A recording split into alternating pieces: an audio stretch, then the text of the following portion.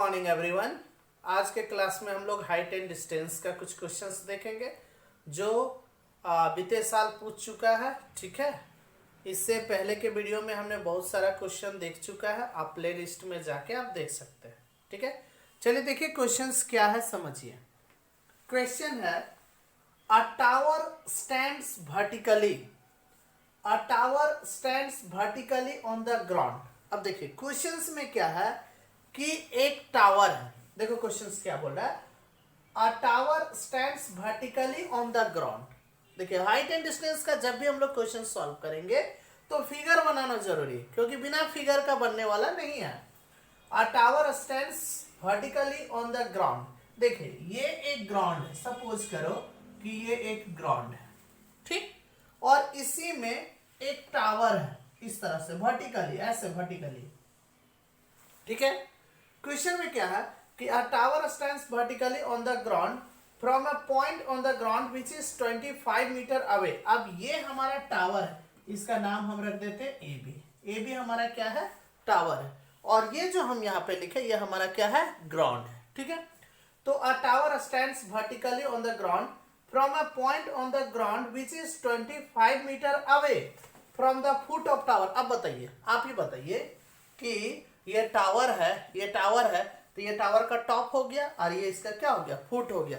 अब यहां से 25 मीटर के डिस्टेंस पे, कितना मीटर के डिस्टेंस पे, 25 मीटर के डिस्टेंस पे एक पॉइंट है।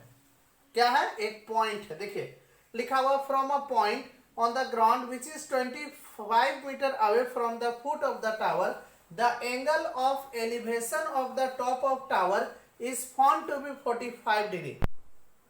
एलिवेशन का मतलब समझिए, एलिवेशन का मतलब होता है कि ये जो पॉइंट है, ये जो पॉइंट है, यहां से इस तरह से अगर टावर का टॉप को देखा जाए तो ये जो एंगल बन रहा है ये 45 डिग्री, यही एंगल ऑफ एलिवेशन होता है। एंगल ऑफ एलिवेशन यही है, 45 डिग्री है।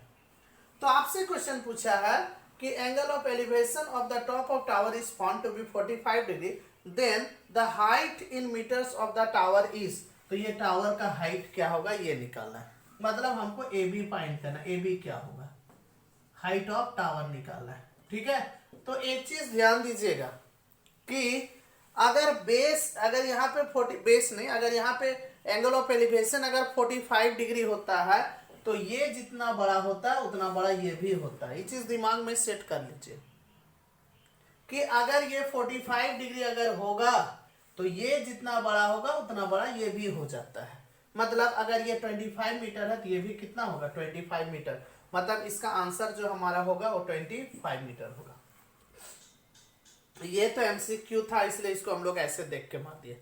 लेकिन अगर हमको इस क्वेश्चन को बनाना है तो कैसे बनाएंगे। ठीक है, देखिए इसको कैसे हम लोग सॉल्व करेंगे। इस क्वेश्चन के लिए हम लोग क्या करेंगे, मान लेंगे क्या क्या है, ए बी हमारा क्या, हाइट ऑफ टावर।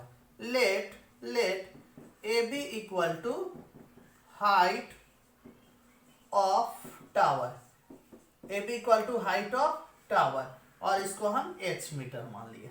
ठीक है, अब देखिए हाइट एंड डिस्टेंस का क्वेश्चंस में हम लोग क्या करते हैं, हम लोग देखते हैं कि फाइंड क्या करना है और क्या गिवन है। देखो यहां पे हमारा ये दिया हुआ, अगर हम इस एंगल से देखें तो ये एंगल के अकॉर्डिंग में चलेंगे तो ये हमारा परपेंडिकुलर होता है, ये बेस है। मतलब परपेंडिकुलर खोजना है, बेस दिया हुआ है, तो परपेंडिकुलर और बेस हम लोग जानते हैं वो tan थीटा में आता है। कितना में, tan थीटा इक्वल टू हम लोग जानते हैं ना, tan थीटा इक्वल टू होता है परपेंडिकुलर बाय बेस।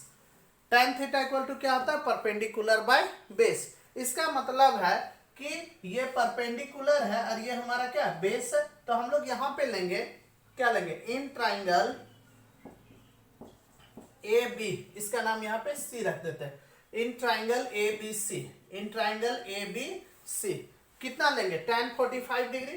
तो tan 45 डिग्री अगर हम ले, tan 45 degree is equal to क्या होगा, इसके अकॉर्डिंग में चलेंगे तो ये परपेंडिकुलर और ये बेस हो जाएगा। तो tan theta equal to perpendicular by base होता है, मतलब ये हो जाएगा A B by B C हो जाएगा। ठीक है, और tan 45 डिग्री का जो वैल्यू होता है वो 1 होता है। tan 45 डिग्री का वैल्यू कितना होता है, 1। तो ये 1 हो गया, और इधर हमारा ए बी एच हो गया, और BC हमारा यहाँ पे BC कितना दिया हुआ 25, तो देयरफॉर H इक्वल टू 25 आ गया। देखिए H का वैल्यू 25 आ गया। ठीक, अब हम लोग को क्या निकालना था, हम लोग को निकालना था हाइट ऑफ क्या, टावर निकालना है। तो हेंस हाइट